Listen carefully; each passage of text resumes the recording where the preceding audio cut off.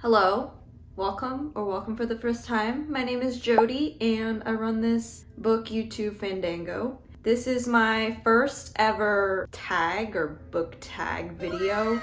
I've seen a couple of these on YouTube, especially the newbie tag or something where you introduce yourself. I have yet to do that one. This one is the mid-year freakout tag. Basically, this tag was created by two booktubers back in 2016. I believe their names was Ellie and Chami, and it's become a traditional way for the book community to wrap up the first half of its reading year. There is questions like, what's the best book you've read this year, to like, what book has made you cry? So I'll be going through those questions, telling you the books on my list. And why is it called mid-year freakout? Should I be freaking out that 2024 is almost over?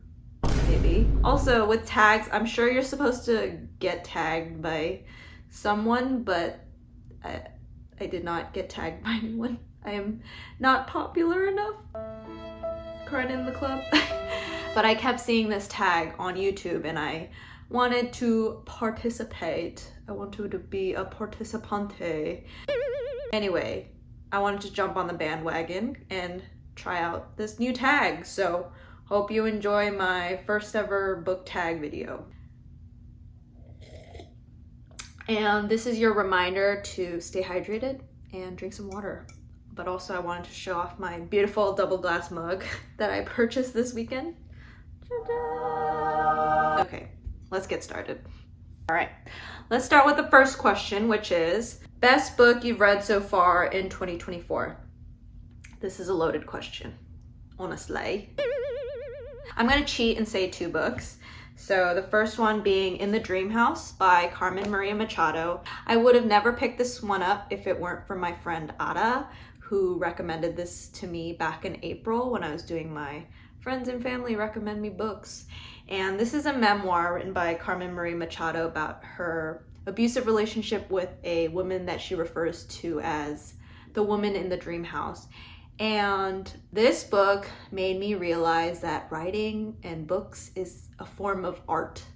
Like, it's its own art form. It was just so experimentally written, so creative and thought-provoking, very captivating in both just the way it was written and then also like the storytelling.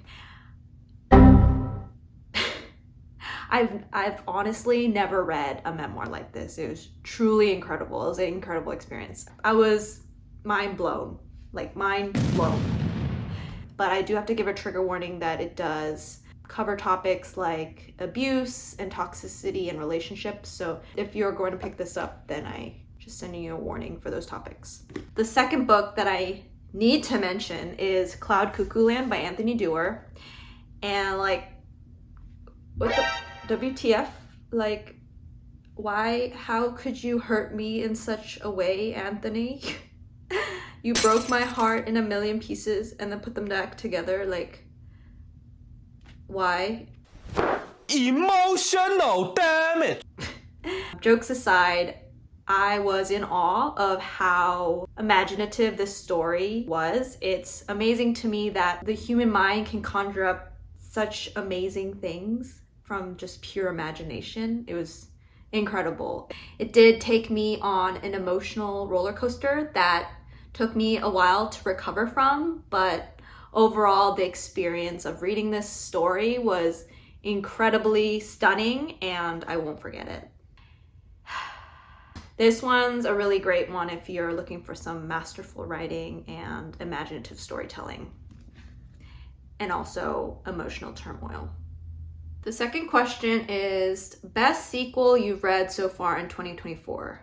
When I originally saw this question, I was like, did I read that many sequels this year? And then looking back at my list, I realized I actually did. I would have to say the best sequel I read this year was A Prayer for the Crown Shy by Becky Chambers. It is the sequel of A Psalm for the Wild Built. It's just such a cozy, charming novella. I need to give a shout out for, like, vibes are just cozy, heartfelt. It's also a slightly emotional book as well, but I would say more in a philosophical way, but also just very deeply comforting. So definitely the best sequel I read this year.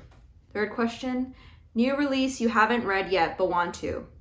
Okay, this one's gotta be Funny Story by Emily Henry. I keep seeing this everywhere. I know it came out like 2 months ago, and I've read Book Lovers. I love Book Lovers by Emily Henry.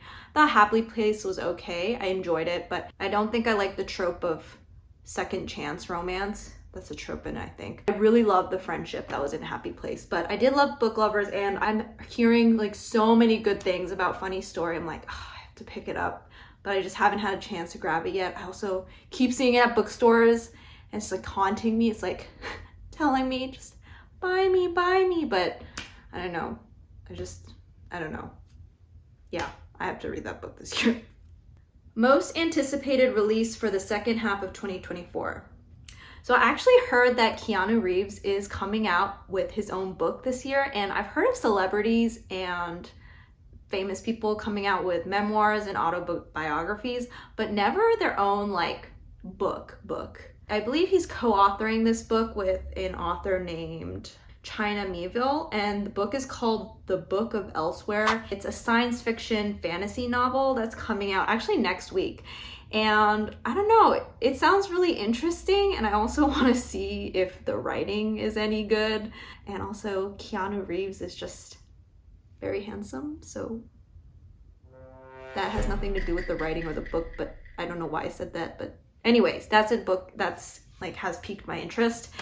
And also, Haruki Murakami is actually coming out with a book at the end of 2024. And this is his first book that he's written in 6 years, I think. I tend to think Haruki Murakami's books are okay. Like, I've read Norwegian Wood, The Wind-Up Bird Chronicle, 1Q84, and I don't love them, but I don't like hate them either. There's always one thing that kind of, I guess, squeamish in his books, but I read the description of his new book coming out, and it really sounded interesting because it has to do with books. And the publisher described it as a love story, a quest, an ode to books and to the libraries that house them, and a parable for these strange post-pandemic times. The city and its uncertain walls is a singular and towering achievement by one of modern literature's most important writers. I would say, based off of the synopsis, the book is kind of right up my alley. And, you know, Cloud Cuckoo Land had the kind of same theme of like the power of books and libraries and librarians. So I'm wondering if it'll be on the same wavelength, but I'm really interested to pick that one up at the end of this year. Biggest disappointment of 2024. Girl or boys, let me just tell you. This book,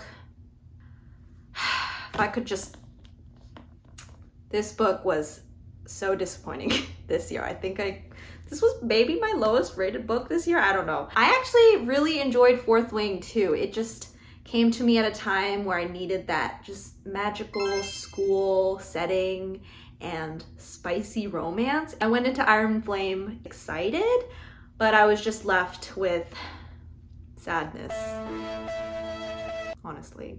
So I have no shame saying that I liked Fourth Wing, but I did not like this book. It just, the writing for Fourth Wing and Iron Flame is nothing to like praise home about. Is that the phrase? But the second book was just kind of all over the place. And then Violet, the main female protagonist, just so annoying, like so annoying. So this has got to be my biggest disappointment this year. The biggest surprise of 2024. I would say the book would be I'm Glad My Mom Died by Jeanette McCurdy. I read this one with my high school friends as a part of like this book club we created, and it was per recommendation of Ada, and we actually all really loved the book. It was just written in such an honest way, and it was really gut-wrenching, very hard-hitting to learn about just Jeanette McCurdy's childhood and the abusive relationship she had with her mother from her childhood to adulthood. It was just overall very difficult to swallow, but a memoir that I truly appreciated reading. And I think it was a surprise in the sense that I knew of Jeanette McCurdy before reading this memoir from iCarly, and I really enjoyed watching iCarly growing up. As a child, you kind of attach their characters with the actor. You think that's who they are, but reading this memoir about her and what she was going through at that time was crazy. Like, crazy to know that she was going through such a thing while acting. And because you don't see any of that on television. So that was truly eye-opening, and just makes you realize like celebrities are human too, and some of them go through trauma that we probably may not know about. Incredible memoir, like 10 out of 10 would recommend it.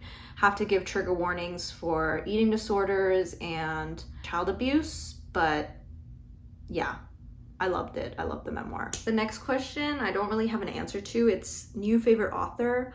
I don't have one this year. I kind of want to read more books from the authors that I have read from this year, so I don't think I'll put an answer to that yet. Maybe next year. Newest fictional crush. This is slightly embarrassing, but I think it's Xaden from Fourth Wing.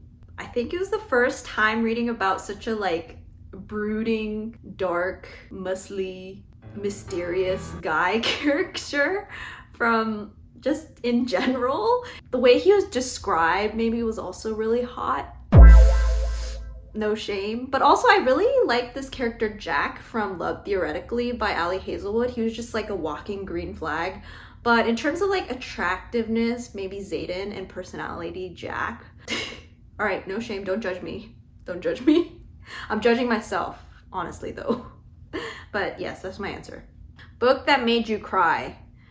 Y'all probably already know this one. It's gotta be Cloud Cuckoo Land. Like, I think I teared up more than 6 times in this novel. Like I said, this was just emotional. This was an emotional journey for me.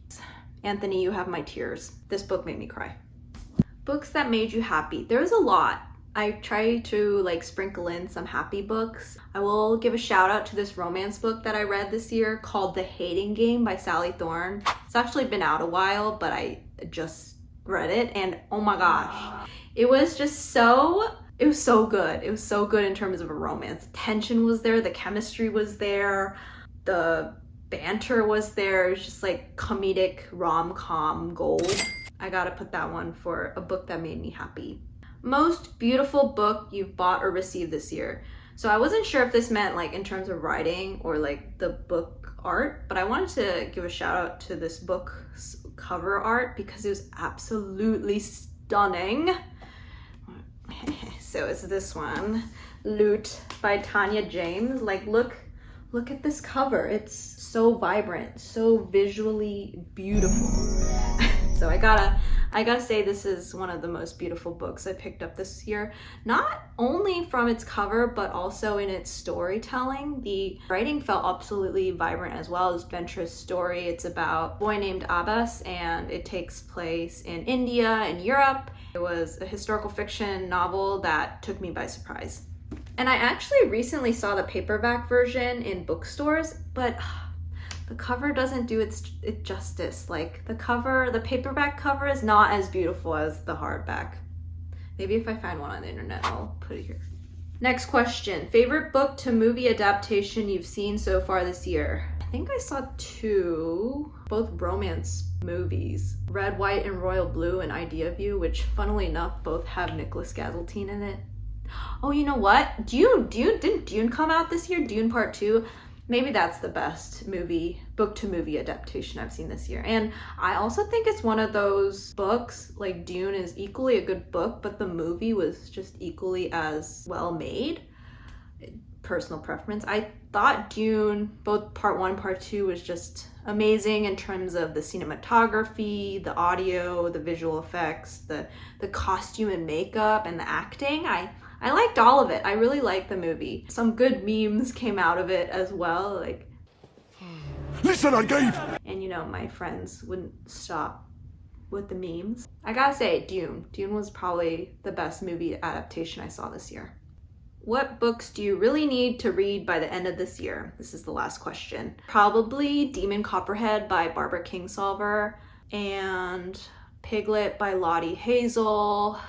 I have like a stack of books that I bought from the book haul 2 months ago that I need to get through. I've also been really wanting to read The Secret History by Donna Tartt. I just keep seeing this recommended on Reddit, and I think Goldfinch by Donna Tartt was on New York Times like best 100 books ever list. So there's just so many books I need to read this year, but definitely Demon Copperhead and Funny Story by Emily Henry. I want to read those two this year for sure. Mark my words, I will read them this year.